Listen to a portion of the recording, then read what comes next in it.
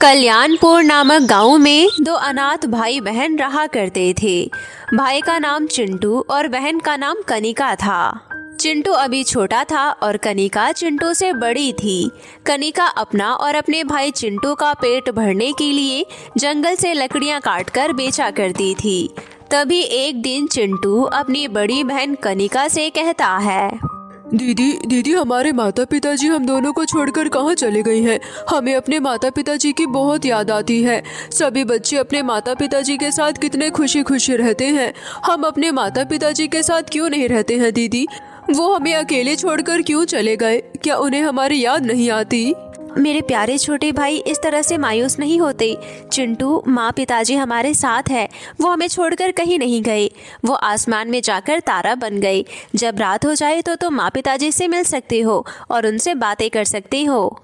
ठीक है दीदी, जब रात हो जाएगी तो मैं माँ पिताजी से बहुत सारी बातें करूँगा। अच्छा ठीक है चिंटू, तुम घर में अच्छे से रहना। मैं लकड़ियाँ काटने जंगल जा रही हूँ। ऐसा कहकर कनिका जंगल की तरफ लकड़ियां काटने चली जाती है। कनिका बहुत मेहनत करके लकड़ी काटती और उसे बाजार में बेचा करती थी। कनिका लकड़ी काट ही रही थी कि अचानक तेज बारिश आ जाती है, जिसकी वजह से सारी लकड़ियां भीग जाती है। कुछ समय बाद जब बारिश बंद हो जाती है तो कनिका लकड़ियां लेकर बाजार जाती है और दुकानदार से कहती है, ये लीजिए भैया लकड़ियाँ। अचानक बारिश आ जाने की वजह से सभी लकड़ियाँ थोड़ी भीग चुकी है, लेकिन इनमें जितने भी पैसे बनते हैं आप मुझे दे दीजिए। क्या री लड़की, तूने मुझे बेवकूफ समझ रखा है? मैं तुम्हें ये भीगी लकड़ी का पैसा दूंगा? मैं सिर्फ सूखी लकड़ी खरीदता हूँ। चल अपनी ये लकड़ी लेकर निकल यहाँ से। और वैसे भी ये तुम्हारी भीगी हुई लकड़ी कोई नहीं खरीदने वाला। प्लीज़ भैया आप ये लकड़ी रख लीजिए। घर में मेरा छोटा भाई मेरा इंतज़ार कर रहा होगा। उसने सुबह से कुछ नहीं खाया है। मुझे ये लकड़ी बेचकर जो पैसे मिलते हैं उसी से मैं राशन खरीदती हूँ और अपना और अपने छोटे भाई का पेट भरती हूँ। अगर आप आज ये लकड़ी नहीं खरीदेंगे तो हम दोनों भाई बहन को भूखे ही सोना पड़ेगा। प्लीज़ भैया जी, हम गरीब के पेट पर लात मत मारिए। ज़्यादा नहीं, थोड़े पैसे ही दे दीजिए। हमारा भाई अभी बहुत छोटा है, वो भूख बर्दाश्त नहीं कर पाएगा। कनिका दुकानदार के आगे बहुत गिड़गिड़ाती है, लेकिन दुकानदार एक नहीं सुनता है। कनिका लकड़ी लेकर सब दुकानदारों के पास जाती है ताकि उसकी भीगी हुई लकड़ी कोई खरीद ले और बदले में उसे थोड़े पैसे दे दे। लेकिन कनिका के ऊपर कोई भी दुकानदार दया नहीं करता है और उसे अपने दुकान से भगा देते हैं। कनिका उदास होकर खाली हाथी अपने घर आ जाती है। तभी चिंटू कनिका से कहता है, दीदी मुझे बहुत जोरों की भूख लगी है, लेकिन आप तो आज खाली हाथ आई हो। आज आप कुछ खाने के लिए लेकर क्यों नहीं आई दीदी? क्या आज हमें भूखा ही सोना पड़ेगा? चिंटू की बातें सुनकर कनिका की आंखों में आंसू आ जाते हैं। कनिका चिंटू को कैसे बताती कि आज उसकी लकड़ियां नहीं बिकी है और वो खाली हाथ घर आई है। तभी कनिका चिंटू से कहती है, नहीं नहीं मेरे प्यारे छोटे भाई, घर में रोटी रखी हुई है, मैं तुम्हें रोटी खाने के लिए दे देती हूँ, तुम वही खाकर सो जाना। ऐसा कहकर कनिका रसोई घर में जाती है और बची हुई रूखी सूखी रोटियां अपने भाई को खिला देती है और उसे सुला देती है। ऐसे ही लगातार 2-3 दिनों तक बारिश होती रहती है और कनिका लकड़ी नहीं बेच पाती है और दोनों भाई बहन को भूखे रहना पड़ता है। भूखे रहने की वजह से चिंटू की तबीयत खराब हो जाती है और उसे तेज बुखार आ जाता है। कनिका अपने छोटे भाई चिंटू की तबीयत खराब देखकर बहुत घबरा जाती है और अपने माँ पिताजी के तस्वीर के सामने खड़ी होकर रोने लगती है। माँ पिताजी, आप देख रहे हैं ना चिंटू की तबीयत कितनी ज़्यादा खराब हो गई है और मेरे पास एक भी रुपए नहीं है कि मैं अपने छोटे भाई का इलाज करा सकूं। मैं कितनी लाचार बहन हूँ कि अपने छोटे भाई का अच्छे से ख्याल भी नहीं रख पा रही हूँ। माँ पिताजी, अगर आज आप हमारे साथ होते तो चिंटू को भूखे रहना नहीं पड़ता। अब मैं क्या करूँ, कहाँ जाऊँ, किससे मदद मांगूँ, मुझे कुछ समझ नहीं आ रहा। माँ पिताजी, आप हम दोनों भाई बहन को अकेले छोड़कर क्यों चले गए? ऐसा कहकर कनिका बहुत जोर जोर से रोने लगती है। तभी कनिका की स्वर्गवासी माँ की तस्वीर से आवाज आती है, कनिका इस तरह से हिम्मत नहीं हारते बेटा। मुझे पता है कि इस समय तुम पर क्या बीत रही है, लेकिन अब वो समय आ गया है कि तुम्हें मैं वो बीज दे दूं जिसकी अब तुम्हें बहुत जरूरत है। माँ, क्या आप सचमुच में मुझसे बातें कर रही हैं? माँ, आपकी आवाज़ सुनकर मुझे बहुत अच्छा लग रहा है। आप किस बीज की बात कर रही हैं माँ? कनिका बेटा, मुझे एक साधु बाबा ने एक जादुई बीज दिया था, लेकिन बेटा उस बीज को हम कठिन परिस्थितियों में ही इस्तेमाल कर सकते हैं। लेकिन बेटा तुम अब बहुत कठिन परिस्थितियों से गुजर रही हो, इसलिए मैं तुम्हें अब वो बीज देना चाहती हूँ। तुम उस बीज को कहीं खाली स्थान में ले जाकर बो देना, और तुम जिस चीज के बारे में भी सोचोगी उसकी खेती हो जाएगी। और हाँ, एक बात ध्यान रखना, वो खेत कोई मामूली खेत नहीं होगी, बल्कि वो जादुई खेत होगी। क्या सच में माँ? अब मैं मेहनत करके लहंगों की खेती करूँगी ताकि ज्यादा से ज्यादा लहंगा बेच सकूँ और चिंटू का इलाज करा सकूँ। ठीक है बेटा, तुम्हें जो सही लगे वही करना। वो जादुई बीज मेरे पुराने अलमारी में रखा है, तुम जाओ और उसे निकाल कर इस्तेमाल कर लो। कनिका अपने स्वर्गवासी माँ की बातें सुनकर बहुत खुश हो जाती है और अपनी माँ की पुरानी अलमारी को खोलकर देखती है और उसमें से बीज निकालकर घर के बाहर खाली स्थान में बो देती है और सुंदर सुंदर लहंगे के बारे में सोचती है। तभी वहाँ पर सुंदर सुंदर लहंगे प्रकट हो जाते हैं। अरे वाह, माँ ने तो बिल्कुल सच कहा था। अब मैं इन जादुई खेत से लहंगे लेकर बाजार में बेचूंगी। ऐसा कहकर कनिका वो लहंगे बाजार में बेचने लगती है। लहंगे सुंदर होने की वजह से कनिका के पास बहुत सारे कस्टमर आते हैं और तुरंत ही सारे लहंगे बिक जाते हैं।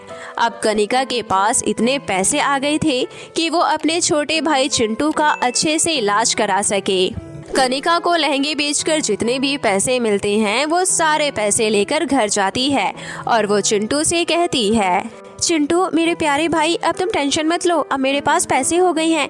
अब मैं तुम्हारा अच्छे से इलाज करा पाऊंगी और तुम बिल्कुल ठीक हो जाओगे। ठीक हो जाने के बाद तुम जो भी कुछ खाने के लिए मांगोगे तुम्हें वो सब कुछ तुम्हारी बहन दिलवाएगी। क्या आप सच कह रही हैं दीदी? दीदी, मुझे ठीक हो जाने के बाद आप पिज्जा, बर्गर, चाउमीन मुझे खिलाओगी ना? दीदी, सभी बच्चों को खाता देखकर मेरा भी पिज्जा, बर्गर खाने का मन होता है। कहीं आप मुझसे झूठ तो नहीं बोल रही हो ना दीदी? मेरे प्यारे छोटे भाई, मैं तुमसे झूठ नहीं बोल रही। तुम्हें ठीक होने के बाद जो मन करेगा वो खा लेना। ऐसा कहकर कनिका चिंटू को हॉस्पिटल डॉक्टर के पास दिखाने के लिए ले जाती है। डॉक्टर चिंटू का इलाज करते हैं और 2 दिनों के बाद चिंटू बिल्कुल ठीक हो जाता है। अब कनिका अपने छोटे भाई चिंटू को मनपसंद का खाना खिलाने लगती है। चिंटू अब अपनी बहन के साथ बहुत खुश रहता था और कनिका भी अपने भाई के साथ खुशी खुशी रह रही थी। कनिका अब हर दिन जादुई खेत की मदद से लहंगे लेकर बाजार में बेचा करती थी। जिस बाजार में कनिका अपना दुकान लगाती थी, ठीक उसके सामने लहंगे का एक बहुत बड़ा शोरूम था।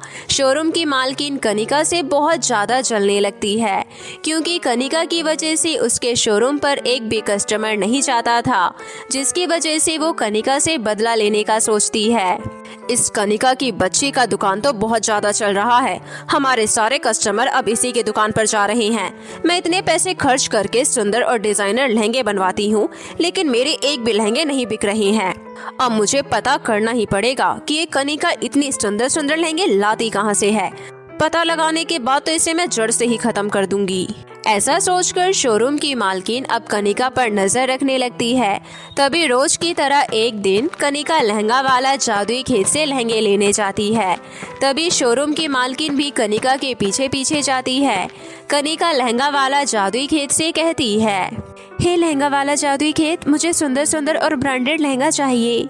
कनिका के इतना कहते ही लहंगा वाला जादुई खेत से बहुत सारे सुंदर सुंदर लहंगे आ जाते हैं, जिसकी वजह से शोरूम की मालकिन को पता चल जाता है कि कनिका को इतनी सुंदर सुंदर और ब्रांडेड लहंगा कहां से मिल रहे हैं। अगले दिन शोरूम की मालकिन कनिका से पहले उसके खेत में जाती है और जादुई खेत से कहती है, हे लहंगा वाला जादुई खेत, मुझे भी बहुत सारे सुंदर सुंदर ब्रांडेड लहंगे चाहिए ताकि उस कनिका की बच्ची का एक भी लहंगा ना बिके और मेरे सारे लहंगे तुरंत ही बिक जाए। इतना बोलकर शोरूम के मालकिन लहंगा आने का इंतजार कर रही थी, लेकिन वहाँ लहंगे तो नहीं आते और लहंगे की जगह बहुत सारे सांप बिच्छू आ जाते हैं और शोरूम की मालकिन को डस लेते हैं। तभी वहाँ पर कनिका लहंगा लेने आती है और उसे मालकिन की सारी सच्चाई पता चल जाती है कि शोरूम की मालकिन यहाँ पर लहंगे लेने आई थी। सारी सच्चाई जानने के बाद कनिका शोरूम की मालकिन से कहती है, मैडम जी, ये लहंगा वाला जादुई खेत आपकी मदद तभी करती जब आप किसी कठिन परिस्थिति में हो, लेकिन आप तो यहाँ लालच में आई थी जिसका परिणाम आपको मिल गया। तुम सच कह रही हो कनिका बेटी, मुझे मेरी गलती का एहसास हो गया। लेकिन बेटी, अगर मेरे शरीर से जहर नहीं निकला तो मैं तो तड़प तड़प कर मर जाऊंगी। कृपया कर तुम जल्दी से कुछ उपाय करो। शोरूम के मालकिन की बातें सुनकर कनिका लहंगा वाला जादुई खेत से कहकर उसका जहर निकलवा देती है और शोरूम की मालकिन बिल्कुल ठीक हो जाती है और वहां से चली जाती है। तभी कनिका लहंगा वाला जादुई खेत से कहती है, हे लहंगा वाला जादुई खेत, मैं लहंगा बेचकर इतना ही पैसा रखती हूँ जितने में मेरा और मेरे भाई का पेट भर सके। बाकी के पैसों से मैं गरीब और अनाथ की ज़रूरतों को पूरा करने में इस्तेमाल करती हूँ, इसलिए आप हमेशा मेरी मदद करते रहना। हाँ हाँ कनिका, मुझे सब पता है। तुम लहंगा वाला जादुई खेत से गरीब और अनाथ लोगों की मदद करके बहुत अच्छा काम कर रही हो, इसलिए तुम्हें लहंगा वाला जादुई खेत हमेशा लहंगा देते रहेगा। अब कनिका लहंगा वाला जादुई खेत से बहुत सारे लहंगे लेकर अपना और अपने भाई का अच्छे से ख्याल रखती और गरीब और अनाथ लोगों का भी बहुत ज़्यादा मदद करती थी। इसी तरह लहंगा वाला जादुई खेत की मदद से कनिका और उसके छोटे भाई चिंटू अपना जीवन बिताते हैं।